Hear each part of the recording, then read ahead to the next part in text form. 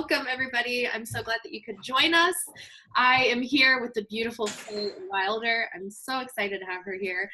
So Faye is a lightcaster, a prayer, and a preacher. And as an earth angel, she empowers humanity's sovereignty and creative potential through her love and wavering example. She offers private and group mentorship, Breath Alchemy sessions, and shares her support of essential oils. And she's a beacon for those connected to the Magdalene lineage and sharing her message. So I'm so excited to have you here. Hi. I'm like obsessed with you on Instagram. Oh. At Faye Wylder on Instagram. I love your stories and everything that you share even when you talk about, because you keep it real, and I like that you talk about not just like the love and the light, because you're just such a like radiant. I actually posted it on Instagram that I was about to do an interview with you, and I called you luminous, and you're so luminous, even when you're talking about the harder topics, and the not so pretty topics, you go about it with a way that is luminous for people. I think it like sparks something in people, and I think that's really amazing. So thank you for all that you do. Oh, thank you, Shreese. Thank you for having me here, and I'm just really happy to be here. So you're welcome. Thank you for agreeing. Yeah. So before we kind of get into, we were going to kind of talk about Mary Magdalene and some other things. Before we really get into that, do you want to share your own spiritual journey, kind of what brought you to this point now? Mm-hmm. That's a big loaded question, I know. I have a friend who always says there's no such thing as the dark night of the soul. There's only the dark night of the ego, and that the soul is perpetually like good, like doing good, feeling good, gets the gist of it. But that we walk through these times as human beings where our ego just gets so deeply fucked with. Can I say that? Yeah. And feels like there's nothing to hold on to anymore, because in fact there is nothing to hold on to ever. And those are such beautiful opportunities to actually surrender. And my experience is that the only way, maybe not the only way, but like the most effective way I have found in my life to surrender to God, which is just what I use, that's just the word I use to talk about the source of all things, is through like being forced to, because it's like our fingers are like, we have to let go. Our fingers are quaking from holding on so tight. So, that's my story, is that I went through basically like a really extreme dramatic dark night of the ego, starting when I was about 15, that it was just like, high school dropout, alcoholism, sex addiction, prostitution, like criminal, like, kind of like lowbrow criminal lifestyle. And, I laugh about it today. I can laugh about this part of my life, not in a way that makes fun of it, but because I have done a lot of deep healing work, and I continue to do a lot of deep healing work around it. And I am committed to using that time in my life to be of service today. So I have no doubt in my mind that everything that's happened to me was actually like me, like gathering the tools that I needed to be of most service to whomever I'm going to serve in this lifetime. And so I was kind of forced into spirituality because I was like, my life was totally in shambles. Like it was a nightmare, and I won't get into all that because that's like a whole nother story for another day. But I was basically all alone, completely demoralized, full of fear, like had nothing, no job, no money, no friends, no family, and was in jail. And I realized like the only answer for me was, it wasn't actually a realization that I needed a spiritual life that was taught to me. Right. But I was committed to doing what was taught to me because I was so desperate to not basically die. Right. And I don't know if it has to be that way. I'm really interested in this lifetime in exploring, like, how can we stop learning from this shit show of duality and pain? Like, and I don't know, I might not figure it out in this lifetime, but I'm really curious about learning from love instead. And so what's happened for me is like, so I was about 20 years old when I really started a regular prayer practice, and just like asking, what does this mean to me? What does the world of the spirit mean to me? And doing things that were like fun and interesting, like reading, Conversations with God, and like Pema Chodron was one of my first loves, but then also doing the deep, like the emotional work and the deep, like looking at my own shit and the ways that I had behaved that were keeping me blocked off from the light of God, and doing everything I could to rectify those things. And so, professionally, what that's meant for me is like, my career has been a long winding road, and I've always known since I was a little girl, like I was meant to do something in this. We all feel that, like, I'm here to do something, of course you feel like that. Like everybody feels like that, and it's true for everyone. And I just found that being in traditional kind of like 9-to-5 jobs where I was working for other people was like, no, I couldn't do it. And so I started like, checking out acupuncture. I went to acupuncture school for a little while, and I got certified as a doula and a health coach, and was just kind of like finding like, hey, how can I help people wake up? And when my first son was born, I realized what I really wanted to be talking about was God, really. And a few years earlier, I had been basically initiated by Mary Magdalene and Jesus, though I didn't know exactly what had happened to me, but that's what had happened to me. And it was around the time my first son was born in 2014 that I really started to work with the two of them and invite them more into my life. And then last year, I think, like not that long ago, was when I really started to talk about especially Magdalene in a public way. And today my work is centered around spiritual, I'm a spiritual mentor, and I like to work with entrepreneurs and leaders. And right now what's really happening in my world is like this call to activism, and this call to social justice, and this call to using my privilege as a white woman to be helpful, and how that relates to Magdalene and how that's connected to spiritual living. Like, these are things I'm basically like, it's what's up, and it's really important. So is there anything else to say?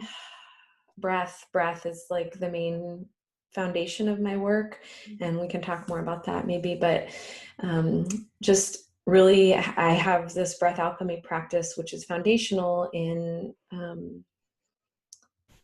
keeping us from circling around the issue and going to the issue and being with the issue in the presence of unconditional love, not because we need it to go away, but because we want it to be exactly what it is. So our pain, our fear, our grief, our shame, to be with that, with the power of our breath, so that it knows it's safe to really express. And then what happens is it just naturally unfolds into energy and into love, because really that is truly all there is underneath it all. But we can't just say that and ignore the work. Yeah. So that's a lot of things to say. Does that answer your question? Yes, it does. Okay, good. Thank you. Yeah. I'm trying to think of, so yeah, you had so many good points.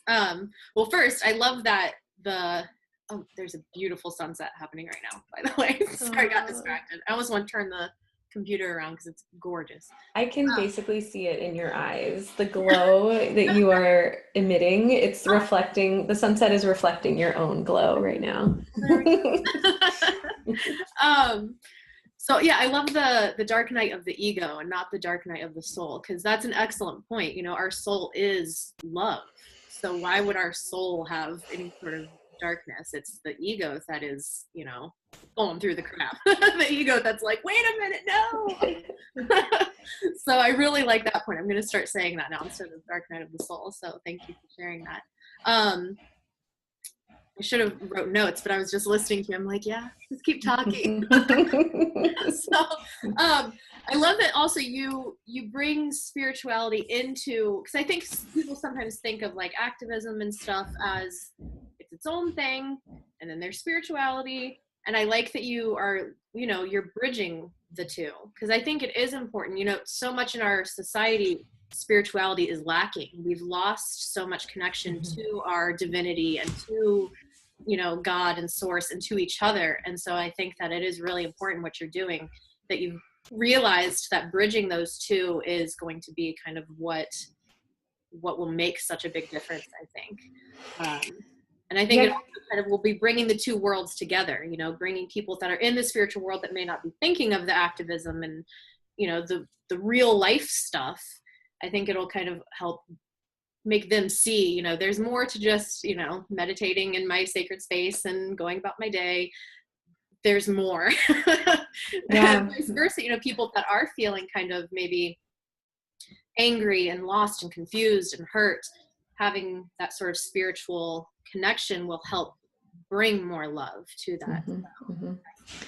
Beautiful that you're sharing that. Well, and I just want to say on that point, Therese, that like this is not like my idea by any stretch of the imagination. And if you look at the history of activism just in our country, especially the activism that it if you think about, for instance, Harriet Tubman and the Underground Railroad, and how she had to be rooted in a deep faith because it's like, for me, I can say like, gosh, it's really hard to post this photo of me looking, like overweight compared to like what the standard of beauty is. Like, oh, it takes so much of my courage, but really like there's nothing on the line. And so when I look at, for instance, back to Harriet Tubman, like everything is on the line, right? And so to make the moves that she made, which were both very dangerous, but also like the only choice that she really had, she had to be rooted in a real deep faith in a real God. And that is what spurred her activism, which is kind of like not the right word, because it was just like her saving her life and saving the life of her brothers and sisters and doing what was right. And the same with Dr. King, and the same with Malcolm X. And anyways, same with Rosa Parks, right? Like it's this realization, it's not a realization. It's like, when we wake up to the fact that when we are aligned, when I'm truly aligned with spirit and I'm truly aligned with God, I cannot stay quiet about injustice. And it's not necessarily about, it is about speaking up and speaking out, which does feel it's going to rock the boat. Right. And who knows, right? I have to be rooted in real love, and simultaneously, what's this other thing that wants to come?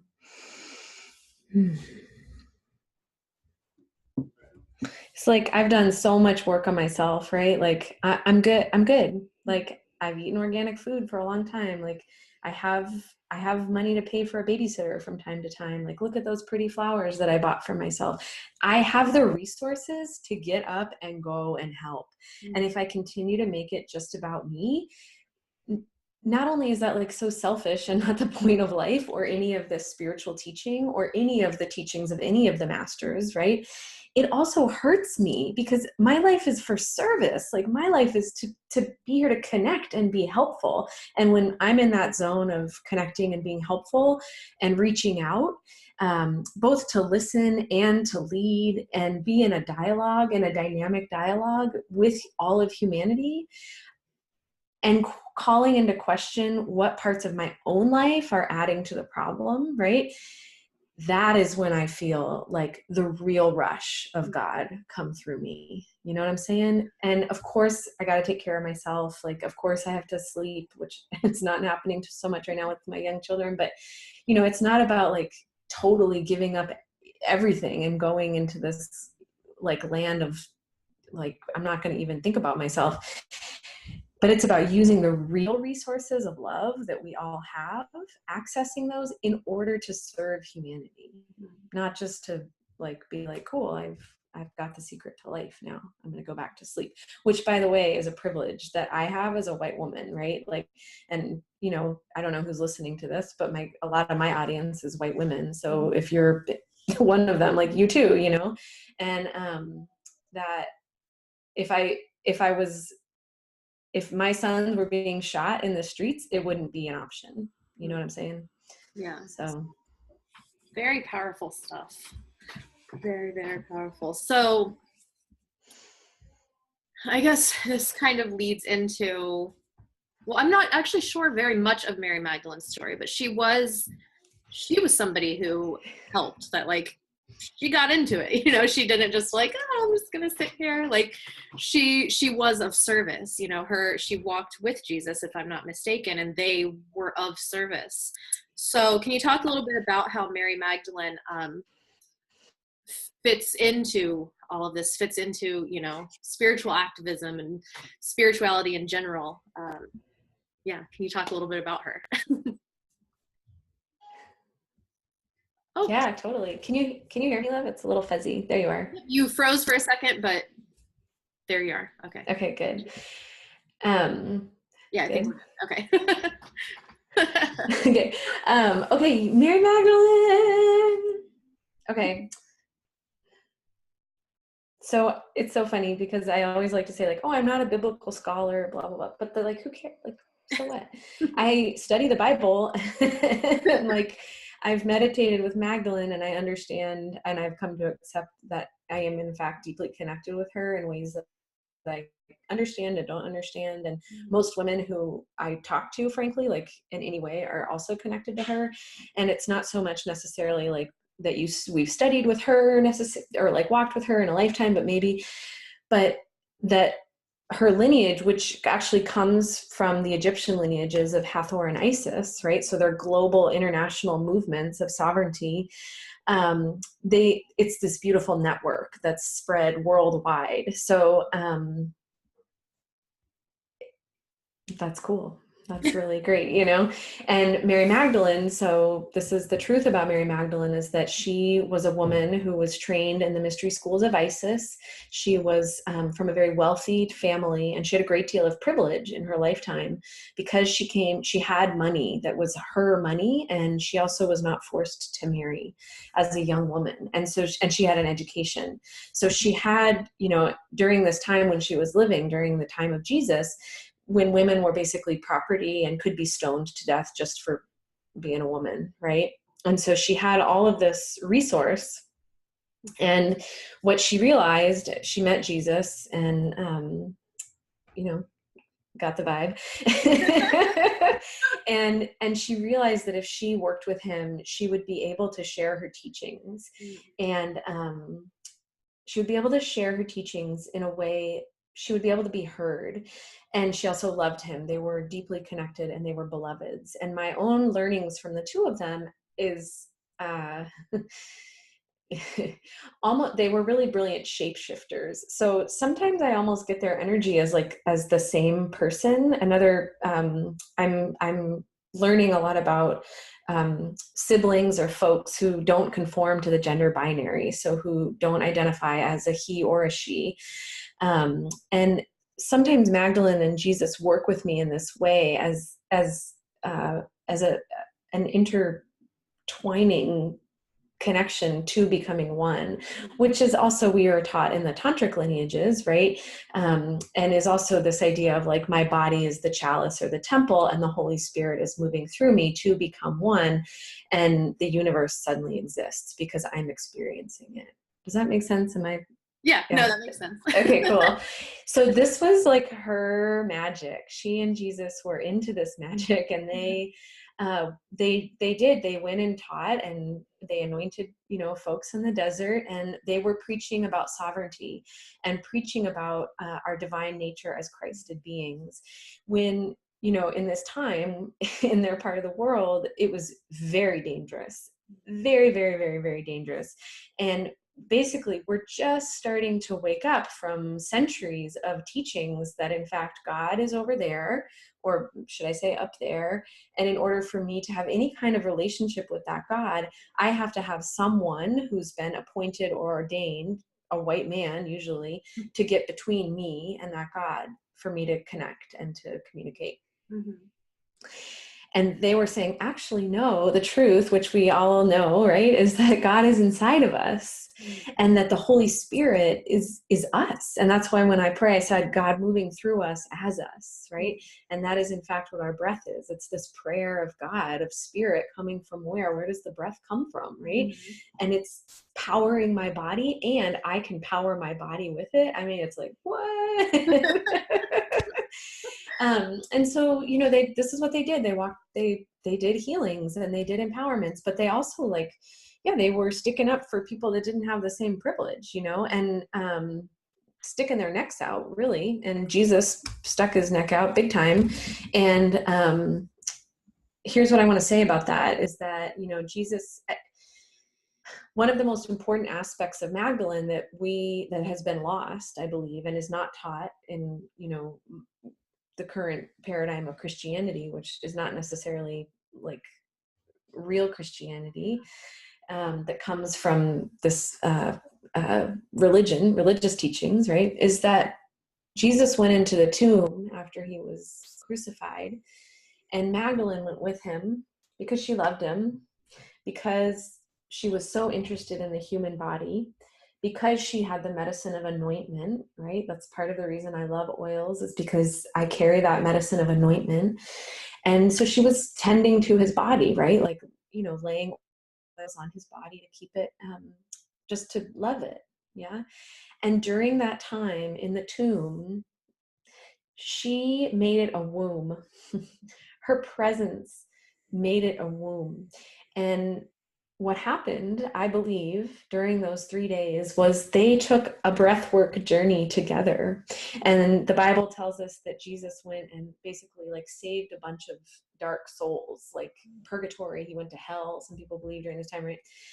And, you know, what does that mean? It means going inside of himself to all the places that still feel unloved, unappreciated, unseen, unworthy, or like totally bad and not worth, you know, like any kind of light or love or God's anything.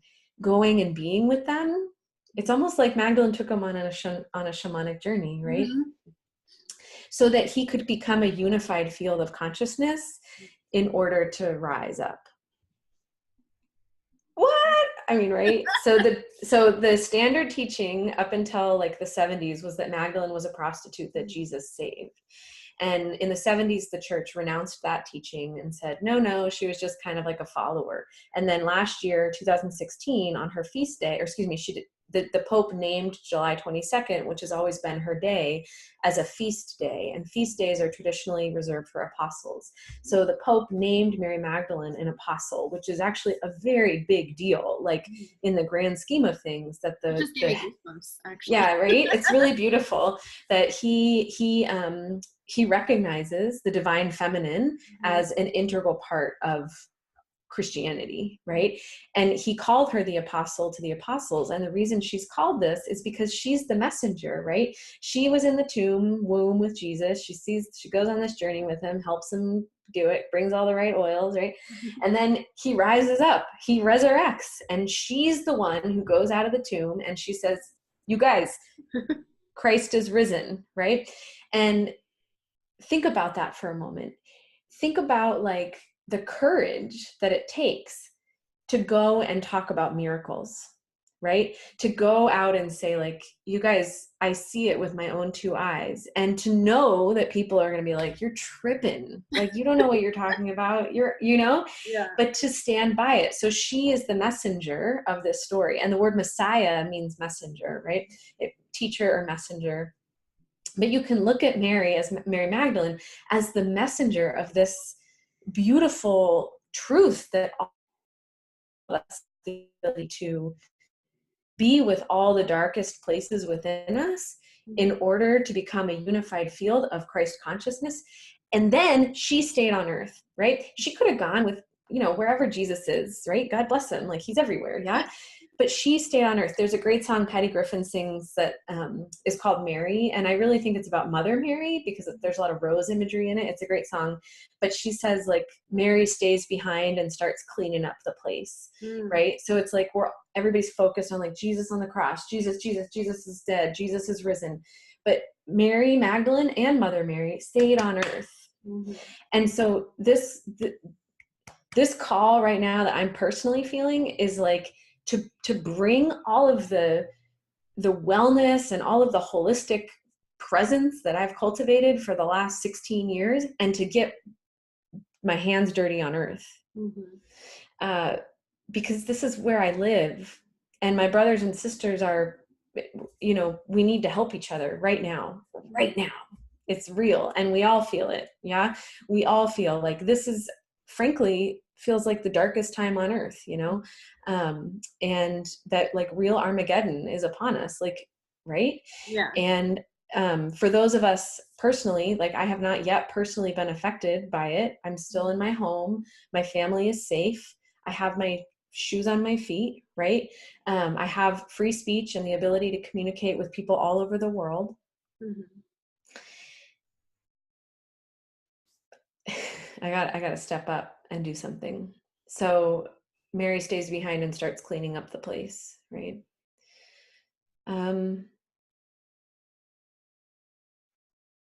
Yeah. I like that. You can see how, I mean, it's no coincidence that, you know, you felt this, you established this connection with Mary Magdalene and have her kind of, you know, on your side. She's got your back, and you're moving into this, you know, activism, and, you know, you can't just sit still. Mm-hmm. So it's, you know, it's almost like she's working through you in a way, and that's a pretty powerful ally to have to help you along the way. So like how you mentioned, you know, how Harriet Tubman and all of the other people needed to have like unwavering belief and spirit and God. And so I think you having that amazing connection with Mary Magdalene will help you to, you know, go out and do it. And I think if more people, you know, connect with her and other, you know, ascended masters and everything, I think that that can help give people the courage to step forward, because it is scary. I mean, even if people are like, oh, you know, things are not good and I should say something, I should do something, people are scared to do that. Mm-hmm. So I think having that strong spiritual connection and being like, no, I'm surrounded and I'm, you know, guided by these powerful beings, I can do this. I need to do this. So that's pretty awesome. I really want to recommend actually a podcast that really inspired me. There's a podcast called On Being, and there's an episode that features Ruby Sales, who's an activist, who's, you know, a civil rights activist. And she said something that it just really lit a fire for me, where she said, really the problem we're facing is a problem of like a lack in white spirituality. Mm. And she talked about how there's a lot of white people who are like, they find helping Black people to be sexy and great, like, let's help. And the real problem, right, is like, I feel afraid to speak up because I might offend somebody, but people are dying. Mm. That, again, it goes back to this place of, if I have any sense that there is the power of unconditional love, and that's the truth of all things, I must speak up. I must speak up. We must speak up. And that this is our problem. Having the aid of these beings is awesome. And you're totally right? It's like, yes, like, we are not alone. Mm-hmm. And the only way that I've personally been able to really make big strides and take the big leaps that like entrepreneurship has invited me into, and leadership, and even just speaking about things that like, I don't know what I'm talking about here. Like, I'm just sharing like what I've learned and what I'm feeling, you know? And it feels frankly risky, but the only reason I'm able to do it is because I have practices that connect me to the source that's deeply within me. I work a lot with the word confidence, which means with faith, confidence, with faith. And it's, if my faith is like, okay, I drank all my green juice and I did my 20 minutes of meditation and I saged my space and now I'm good, That's not going to fly. If my faith is like, I got 100 new followers after this podcast goes, that's not going to go anyway. If my faith is in everybody likes me and approves of me, that's not going to fly either. My faith has to be in an unshakable love that will protect me even when I feel afraid, and that will be with me even when I'm called to task and things about me need to change. And people say, hey, wait a minute, like you've taken a misstep there, right? I need to have faith in that kind of a love. And this is where breath has helped me so much, because what happens when I practice breath alchemy and when I share it with my clients is that pretty quickly, I mean, some people take a little longer just depending on the trauma and what their life story has been, but pretty quickly you're able to unravel this, like just emotional holding patterns, and you find that source of love within, so that you become like, it's like, you know, my mentor Kaya Ra would always say, you are an ascended master in training. And so to come to that place within, which is the Christed light consciousness that Magdalene preaches about, nothing can stop you, because then you can have faith, confidence. You can move forward in faith that no matter what, God has your back, and not a God of like scary, like gonna fuck with you if you don't do it right. Not the God of anyone else's understanding, right? The God of like, I know it's true because I've seen it. I know it's true because I am it. You just keep dropping all these bombs and powerfulness. I'm gonna have to go back as soon as we get done and like listen to all of this again, because like there's so much and I love it. It's so many layers to it as well. I do want to get into the breath alchemy in a moment, but before we get too far off of Magdalene, I did kind of want to touch on the divine masculine and divine feminine, and how I don't know how I'm trying to word this. Well, because we've been living in a masculine world for a long time now, and that's not working. And now the feminine is rising and waking up, and that's amazing. But there needs to still be that balance kind of thing. So I guess, well, first of all, because we know the like negative qualities of masculine. I mean, we're living it pretty much. So can you explain it? What is divine masculine to you? Like, what does that look like and feel like? It's such a cool question. It's so fun. It's like, what a privilege to get to explore these concepts together with you. You know, what I would say is I would really caution everyone from like it's even like this word, the patriarchy, like people are so quick to say like the patriarchy did this, but really it's just a place within us, like this sort of self-hating, rigid, rule-based, hierarchy-based place that's, remember, like I'm creating this world that I'm living in. So the patriarchy is not out there. Like white supremacy is not over there. Like it's coming from in here. Yeah. And so what we're experiencing, as far as my experience, is like this super like hyper, it's like this hyper color. That's like an old, hypercolor was like a brand, I think, right? Anyways, this heightened level of rigidity and hardness that are qualities of the masculine, right? But the masculine and the feminine are like a scale, you know. And it's like when I studied acupuncture for one trimester, I was there long enough to grasp the basics of the paradigm of yin and yang, which is divine. You know, yin is the feminine and yang is the masculine. But how, like, when you see the yin yang symbol, yin is always moving into yang and yang is always moving into yin. Like it's never like one or the other. Yeah. Right. And so just to be careful that like we're not, and you weren't saying this, but that we're not saying like masculine is bad or that men are bad, right? Our men are suffering just as much as, I mean, is that fair to say? I don't know. But, you know, I look at, for instance, like certain leaders of the world right now, they look like they're really fucking hurting. Yeah. That's what I see. I see someone in a lot of pain. Yep. And with every defense like ready to go. Mm-hmm. And it's not an excuse for bad behavior by any means. Not at all. There's like, we don't have to point. Whenever I'm pointing the finger out, right, there's 3 pointing back at me. So what is it inside of me that needs to be aligned? So the masculine you can think of as structure and form. So the feminine generally, like the goddess, is this flowing, it's never-ending spirit, never-ending wombness, which is like never-ending darkness, never-ending potential. Like it's that, and it's also never-ending mystery. Yeah. That feminine power is the call to surrender. And the greatest teacher I've had for this is being in labor and giving birth. And actually, I was in this room giving birth to my second son. He wasn't born here, but I was in labor, like right in this spot in this birth tub.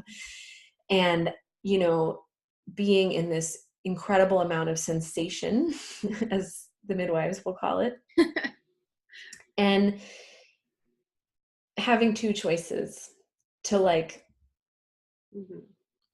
or to just go deep into it, into the center of that darkness, with no idea where it's going to take me or when it's going to end. That's the thing about labor, man. You don't know when it's going to end. You know what I'm saying? That's why it's nice if you're ever like doing a workout or running a race, they have like mile markers. You're like, cool, like 2 more miles. Like I can do this. Yeah. Or like you do some sort of like new diet. You're like 1 more week, you know? Labor's not like that, you know. You don't know when it's going to end, you know. And all you know is that it's going to end at some point. This too shall pass, right? But we don't know when. So anyways, all of that's to say that this sort of rise of the feminine is the rise of you know, self-identified women and self-identified people who carry the qualities of the feminine. But it's also the call to surrender to the mystery and surrender into the darkness inside of our own selves, which includes being really honest about anger, grief, fear. You know, those are the big 3, basically, and all of the manifestations of them within us, not because they're bad, but because they've been excluded for a long time, right? How many clients do you have? I mean, I have all the time, you see people that are like crying, like, oh, I'm sorry, I didn't know I was going to cry. Like, and like, even like trying to push their tears. I'm guilty of it. I'm like, oh, sorry, I'm about to cry. Like, yep. And so having this, you know, call to please let your tears flow, to not apologizing when you feel angry. And again, the thing about anger is that when it's repressed for so long, when it's told like, you're not welcome here, you're bad, dude, it's going to make itself known, right? And it's going to make itself known as freaking violence, which is what we're experiencing. And so it's like, I don't think that anger is a feature of the masculine. I think that like the container of it is the feature of the divine masculine that's so hyper present on earth right now that this is what's happening all over, right? And I personally am experiencing it in my personal life with my son, because I've had several like rageful outbursts at my 3-year-old boy, you know, and that's mine. That has nothing to do with him, right? And so the containers that are keeping those feelings repressed, we don't have to throw the container out. Like, we can't have this fun game of humanity without like the idea that like you're over there and I'm over here, because otherwise what are we going to talk about? I don't know. That's, again, I'm interested in like not learning from duality, but I'm not sure. I don't know. I'm not there yet. Yeah. So is this answering your question? Like, to not throw the baby out with the bathwater, basically. Yeah. So it's important for people that in this time of embracing the divine feminine to not forget about the divine masculine. You know, we can't have one without the other, and one is the other. That's right. It's the same thing. It's, you know, 2 sides of the same coin. And I love too that you brought up that the men are suffering, because that's the thing too. Like I hear like, oh, you're some feminist man-hating woman. Like, no, I don't hate men. I love men.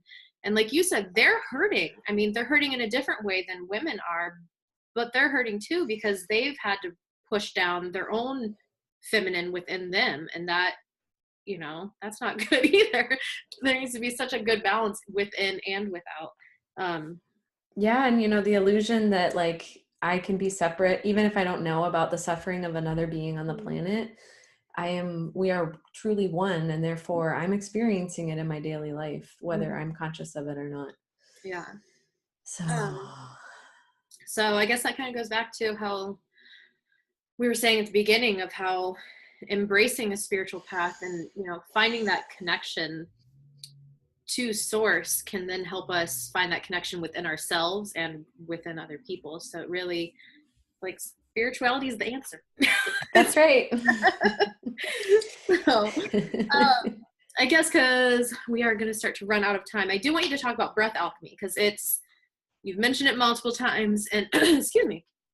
So can you share with people what is Breath Alchemy? Yeah, so Breath Alchemy is it's my own style of breath work that I've developed over the years. It's really intuitive and deeply somatic based. So meaning like it's usually a journey through the body. And I'm not going to like go into details about the technique right now because you can go check it out on my website. There's free sessions there that you can try, and anyone is welcome to go try. There's like 10-minute ones or 20-minute ones. But basically it's harnessing it's riding the power of the breath through your body and experiencing the breath as a diagnostician, as the medicine, and as the delivery system for the medicine. So it's kind of like a no-brainer. Like literally, it's like you don't even have to know what's going on for you. And every time personally I sit down to do it, I do try and do it every day. Excuse me. And then I see my own teacher once a week and have like a full session. Every time I sit down, I'm like, I don't know. And I start breathing, and we breathe through the mouth, which actually inspires the sympathetic nervous system. So breathing through the nose keeps us relaxed and calm. But this style of breath is designed to like get it moving, get the shit moving, right? And so I sit down or I lie down and I start doing it, and I'm like, this is dumb. Like nothing's gonna happen. Why am I doing this? And inevitably, like I either cry or I start, I have the dark goddess feelings come. And it just takes like 15 minutes, and it's like floating in a pool of my own divinity.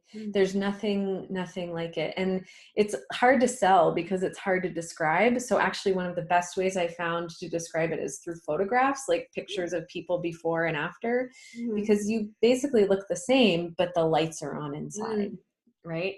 And it's completely not a mental exercise, which is why it's kind of hard to talk about. But it is a deeply embodied and deeply integrated exercise. So even though it can sort of sounds like really out there, it's not. It's completely in here. And one of the ways I really find Breath Alchemy to be so helpful is to, like I said before, like, you know, we can all pull a card and get like a positive mantra for the day, right? But if I have a voice inside that's like, that's bullshit. No, that's not true. And I'm just like, no, the card says so, we're good. I'm basically like shutting down a part of myself. Instead, if I can say like, wait, what did you say? What do you think? Tell me more. How do you feel?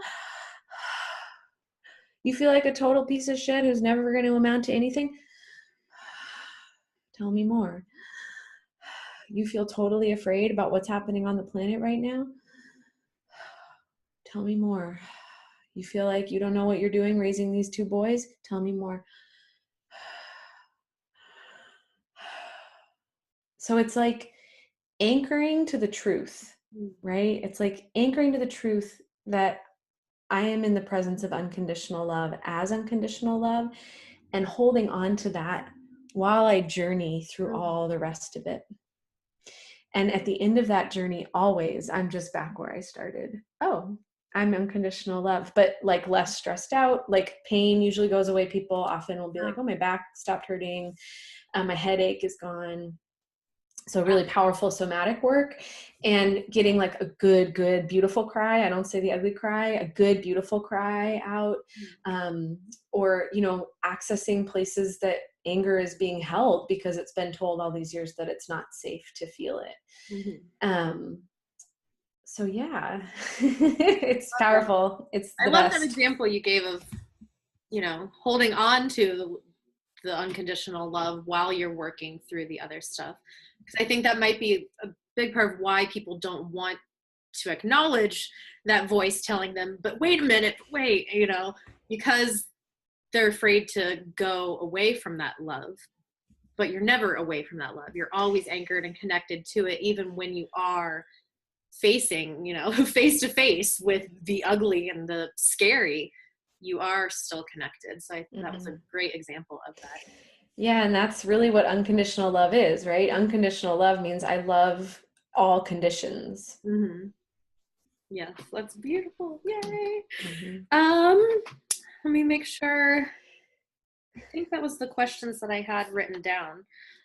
Before we close out and have people, you can tell people how they can work with you. Is there anything else that you feel called to share, or anything that you wanted to touch on?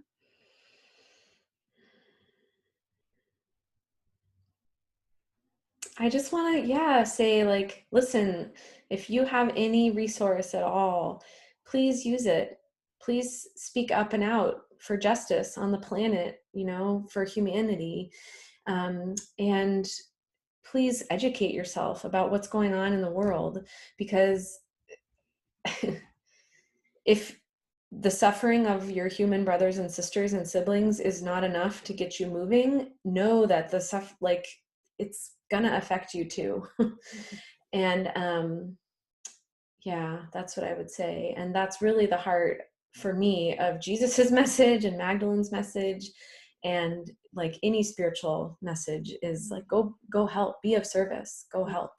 And that if you feel shaky or you feel afraid, all you have to do is say, please show me the way. Please show me the way, and you will be led, and you are not alone. Beautiful message. Thank you very much for all of this. Like I said, this was so much little bits of wisdom and goodness, and I love it. I don't personally like using the term juicy, but that would be a good term for this episode here.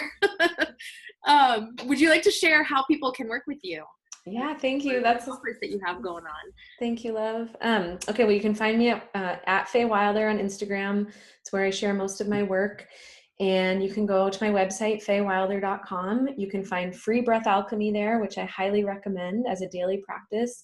You can sign up for Lightcaster Club, which is my bi-monthly subscription space where I give sermons and then we do Breath Alchemy twice a month. And it's super affordable. It's $18 a month. And I'm actually just giving birth with my beautiful sister, who was actually at the birth of my son. Her name's Lizzie Ray Rose, and she's at Awake Woman on Instagram. And she and I are teaching a course together called Spelling. It's a multidimensional writing course for enterprising leaders. And we're going to have a 6-week journey. So it's like a comprehensive writing course. We're going to have a teacher, my friend Jen Skanke, who's an editor, is going to come and teach like grammatic. See, I'm not going to teach that part. She's going to show us. I think I can take that part because I'm like, grammatic. She'll show us where to put the comma and where not to put the comma, and when to say Charisse and I or Charisse and me. And then Layla Saad, who's a word witch and spiritual activist, is going to come and teach a class. And I'm not exactly sure what she's going to teach on yet, but look at Kitty over there. She's going to teach during Isis's week. So we'll be journeying with some ascended masters and just studying about how powerful writing is, especially in this day and age with social media. So how to take your writing, whether you're just doing like a 3-sentence post or like a really like meaty essay, and use your innate powers of spelling to, embody your Christed consciousness and create worlds through your sentences, because we're doing that anyways. I love that. Create right? worlds with your sentences. That's right. And when we become conscious of it and we hone our technique and practice our craft, this is how we create miracles. So it's called spelling, how to speak, write, and be miraculous content. Oh, I like that. I'm going to look into that for sure. And when is that available? It'll be born tomorrow. Oh. So. Well, then. Is this going to be just a one-time thing, or do you think you guys will be doing this? You don't want to see where it goes? We'll see. Yeah. Okay, awesome. Yay. Thank you so much, Faye. It was wonderful connecting with you. And thank you, everybody, for listening. Please don't hesitate to reach out to Faye, leave comments or whatever. Let's get some conversation going. Would love to hear your thoughts on this episode. So many blessings, everybody. Bye-bye. Thank you, Cherise. Bye. It's a good question. Oh, okay, I'm recording. You're back. You're back. We stopped the recording, and then we were having a conversation, and I just asked Faye a question, and I'm like, I should have done this in the recording. So she's like, go ahead and record it now. So here we are again. And the question I had for her was, when you want to help, you're like, all right, I'm ready. I want to help people. How do you decide where to help? Because it's so overwhelming with everything that's going on. I mean, there's people devastated by hurricanes, fires, like you said, people getting shot in the street, Black men just dying left and right, and, poverty, and just, there's so much on so many different levels. How do you not get overwhelmed? How do you decide where you're going to put your efforts and put your energy? I think one really important thing what you said was how not to get overwhelmed. And one thing that this sort of hyper masculine paradigm of patriarchy, capitalism, white supremacy, all of it, colonialism has taught us is unless you know for sure 100% and there's no second guessing, don't make a move, right? Politicians are often called flip-floppers if they change their mind, and everybody's like, oh God, he's a flip-flopper. Yeah, I changed my mind, I'm going to redirect, So to just, when that comes up in us, to notice hey, wait a minute, is that true? Mm-hmm. To always come back, is this true for me? Or is this noise? Mm. What is God saying through me? Anyways, so to know that you can start somewhere. That was actually when I first started my business. I had a retreat day, and I called it Just Start, because that's what I was doing. I was I don't really know what I'm doing. I'm just going to start. Mm-hmm. And it's actually some really potent medicine to just begin somewhere. And it could even just begin with for instance, if you would like to help to dismantle white supremacy and you have the privilege of making that choice, you can do Google end racism in my town and put your town's name and look for the organizations that are doing work for that. I think that what you're really interested in and what you're you feel energized by and curious about, that is important. And if you just kind of get hooked on one thing, so personally for me, I feel deeply connected to basically ending incarceration in our country, period, I think is what I believe, but certainly working to end the extreme racism and basically a second wave of slavery that it is perpetuating in our country. That's just what it just speaks to me. And I've had the privilege of visiting San Quentin prison and knowing some of the men that are inside there. And I have my own experience of jail and my own experience with the police. So it's just what I'm passionate about. So how can I get involved? You Google it, right? And know that I think sometimes we want to get involved in a way where it's kind of shiny and we're there, the drama. And sometimes it's just that you're learning and reading an essay and going down a rabbit hole and finding new ideas that speak to you, that challenge you, that invite more questions, and giving money. If you have even just a little bit of money, to give your money. So I also am passionate about women's health. So I give some money to Circle of Health International, which goes to places where there's emergency right now, and women are still giving birth, right? Like right now. And so places where there's war or a bomb goes off, they go to that place and they bring midwife services and they bring healthcare for women and children. So I give a little, and I, it's like, absolutely, right? That's what we need. Absolutely. That's how Jesus was born, by the way, in those kinds of circumstances, right? So finding what you're passionate about, and just that feeling like, ooh. And then the other piece I want to say about that is using your own experience, like the path that you have walked, first of all, is what's worked and what hasn't worked. So there's no BS, right? And there's nothing more powerful than saying like, hey, I did that too. And this is what's happened for me. One thing I've tried to do in my writing is like, instead of when I write, a post or a blog saying like, you this, you that, sometimes I do. And I make a conscious choice to do that. Most of the time I talk about myself and I talk about my own experience, because there's just nothing more powerful. I'm not here because I'm like specially ordained or gifted. I'm here because like, I'm just telling my truth and sharing what I've been through, all of it, and I don't really call it good, bad, or ugly, because to me it's all divine, and it doesn't always feel like that, but in my heart, that's what it is. So those are the two things. What are you curious about? Go Google it, get involved, like show up at a meeting on a Tuesday night and not know what to say to people, and shake some hands and listen, give some money, and then share your experience. I think that's wonderful. I think that's totally just lost my train of thought. I have like 5 things going on. So first, just start. I like that. Just start somewhere. And I like that, like, there's no, as long as you're doing something, like you're doing something, whether it's, I think people get, especially with this day and age with social media and stuff, it's like you said, look what I'm doing. And it's like, I flew to this country and I'm doing this. And it's like, I think we get into this guilt of like, oh, like all I am doing is sending $5 to this charity. And it's like, we make ourselves feel crappy for what we're doing. And then that's so disempowering. So I think, maybe focusing on like, at least you're doing something, do what you can. And then, maybe next month you can do a little bit more, or, just starting somewhere.